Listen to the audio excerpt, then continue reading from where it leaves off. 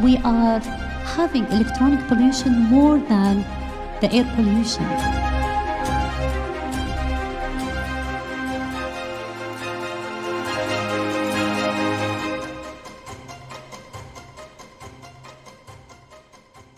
You're 48 years old chronologically, but parts of your body are as young as 16. Explain that. Talk a little bit more about that, because that just blew my mind and a lot of other people who were listening. This is the lovely part of medicine and science. I was lucky enough to be a physician, and then I went to molecular biology. So I was lucky enough to build a bridge between what is going on in the clinical trial in the bench in the lab and what we have to apply on the patient. So when I came in this field back in 2011, I never thought I will believe such thing. So I did my biological age monitoring and test, which comes in a very cellular level. And later on, it took me only 5 years to recycle my biological clock by only being aware about some main elements of hallmark of aging. So when I came to know all of those elements, so let me try it on myself, not only on the mice in the lab. And if you go back to 5,000 years, especially when we talk about China and those parts of the world, as you know, their civilization is maintained because they are still using the same language. So whatever is there as a documentation, it is so understandable and can be implemented so fast. So that test is available. It's so sensitive, but unfortunately, it was not available everywhere. And when we talk about biological age testing, again, it's my opinion, I might be wrong. So many of them are very commercial, and they maintain it only through something called white blood cells. But in the same time, there is other element should complement the regular cellular and genetic tests, where you have your own calculation in the end to maintain all of those. So let's talk about testing. And Indeed. People want to know what the difference is, in fact, between genetic testing and epigenetic testing. Can you explain a bit more there? Yeah, you are very smart. It's so a nice question, by the way. So again, it's my opinion. People sometimes they don't like what I say. It's an opinion based on humble science. So when anybody talk about genetics, in my opinion, they are outdated. Any physician, any scientist who sit in a discussion, talk only about genetic tests, they are so outdated. Right now, if you would like to contribute in improving the quality of the life of your client, you need to focus mainly on the metabolite and the cell membrane and the epigenetic markers.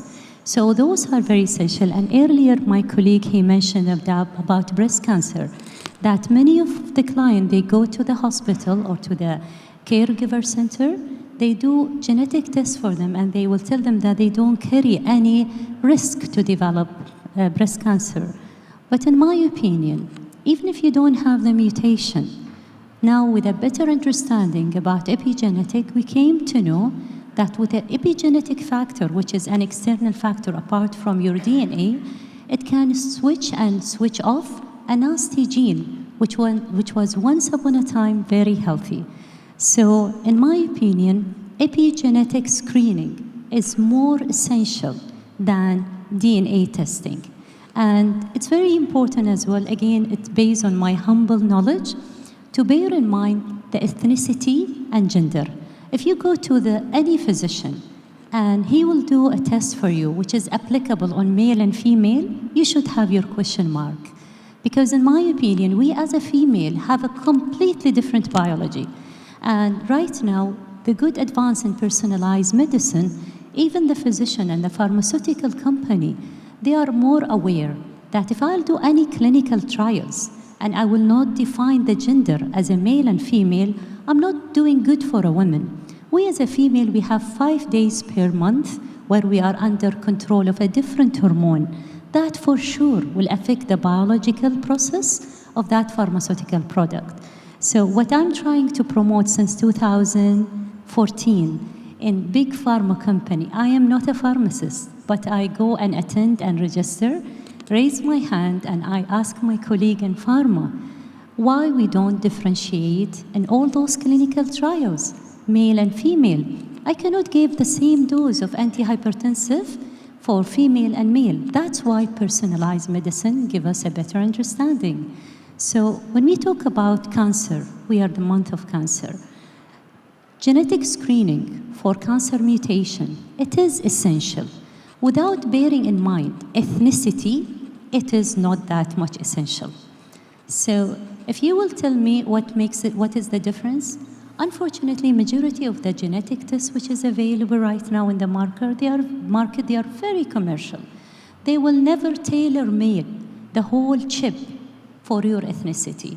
While in our institute, what we do, again, we are not better than any other center, but we are more of a research institute. What kind of a difference can it make between ethnicities? Oh my God. Because you wouldn't think that. Gender, yes.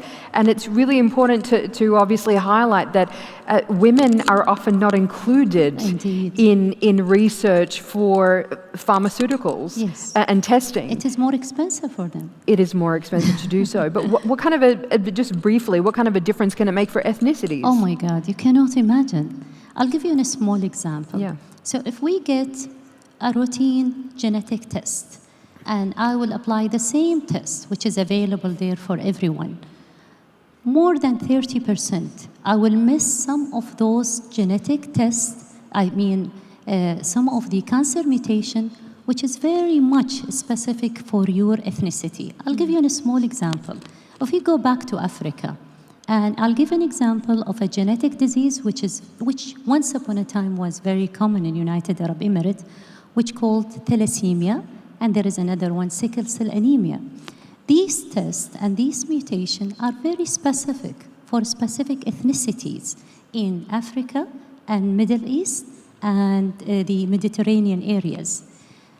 When they came and they discovered anti-malarial medication, nobody were aware that even if I am African and I want to treat somebody want to treat me for my malaria, if I'll take that medication and I have G6PD, I have sickle cell, I will die as a side effect of that drug, not the side effect of malaria itself. Wow. So here we know that ethnicity play a big role.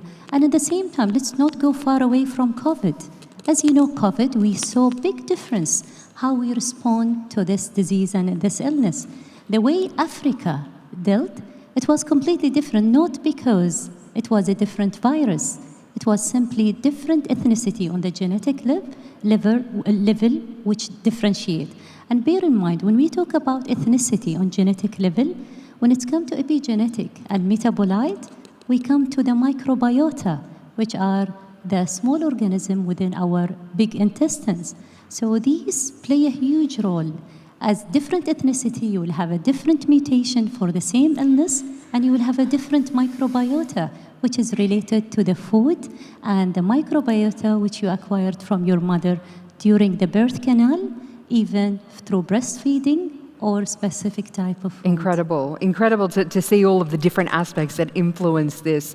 And thank you for highlighting that. There's so much that we want to go through, but we are running low on time. Feel free to stay if you don't want to go to lunch and you want to hear this, because this is amazing information. But you've got the hallmarks of aging and regenerative medicine that can actually protect us against disease and cancer. So what would you say these are? So if we go to hallmark of aging, they are different. Almost they are around 11 to 13, but let's focus on the 5 main elements which will empower each single of us to take the lead and recycle our biological clock. We love that. We want something to take away. Indeed. So namely, I will start with the most profound factor, which is sleep. If you will treat your patient, give him the medication, control his blood sugar, control his hypertension, and you will not ask your client, your patient, how is his sleep hygiene? I believe that is against medical ethics. Now we know that if you cannot change anything in your life, if you will only stabilize and maintain a good quality sleep, that itself will reprogram the whole biological process. Your hormone will be stabilized.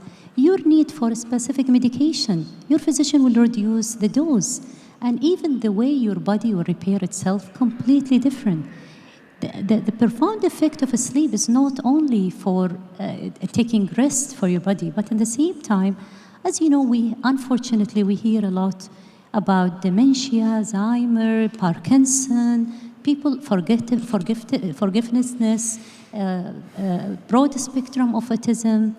You cannot imagine the connection between quality of sleep and all of these illnesses, and the connection between the microbiome quality and quantity stabilization and the progress of the illnesses and early detection. You cannot imagine, there is a profound research there.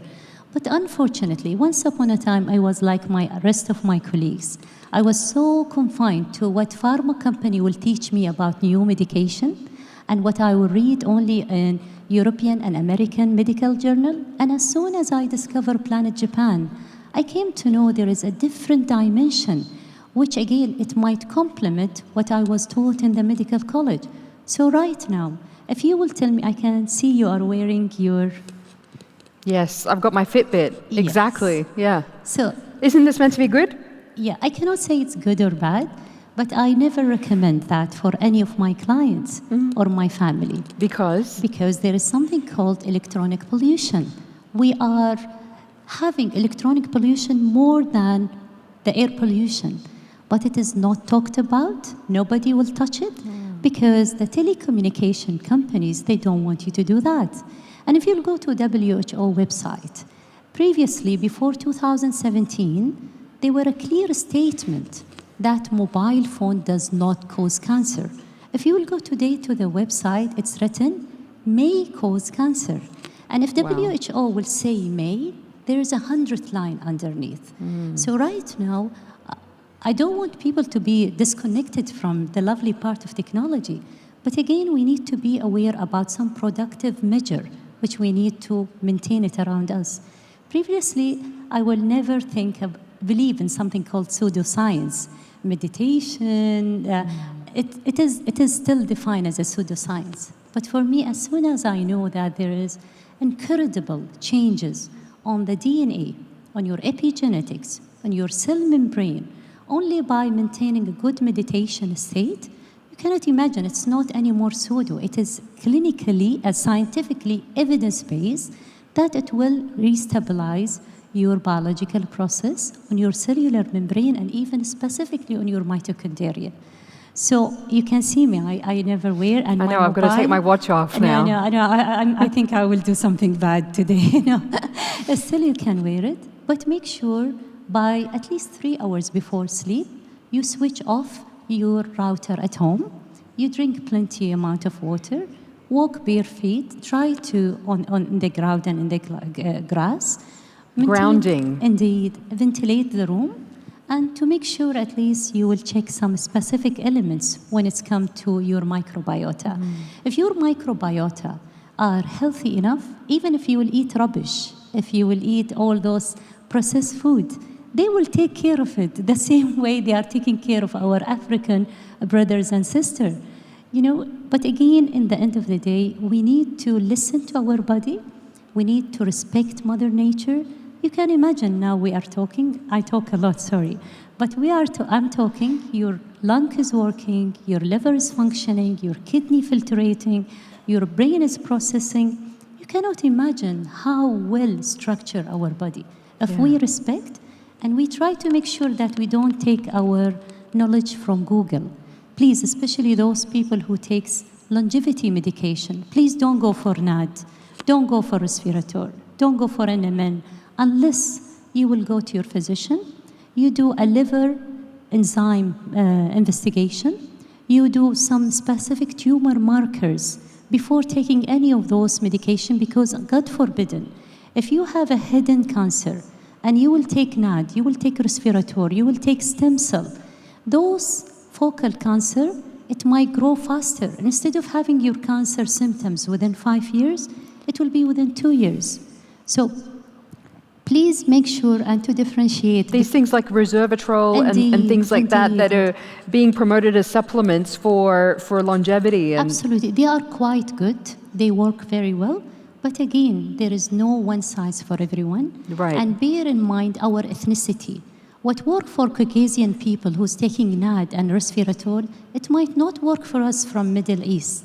And bear in mind to differentiate between scientists and physician. Because scientists, they develop a great knowledge for us as a physician. But it takes time to come to the clinical setting where the physician will be able to provide it personalized, which might cause benefit instead of harming yourself. So please take care of your sleep, sleep, sleep, sleep, sleep. And later on think about it. We don't do it because we think we're wasting time by resting, right?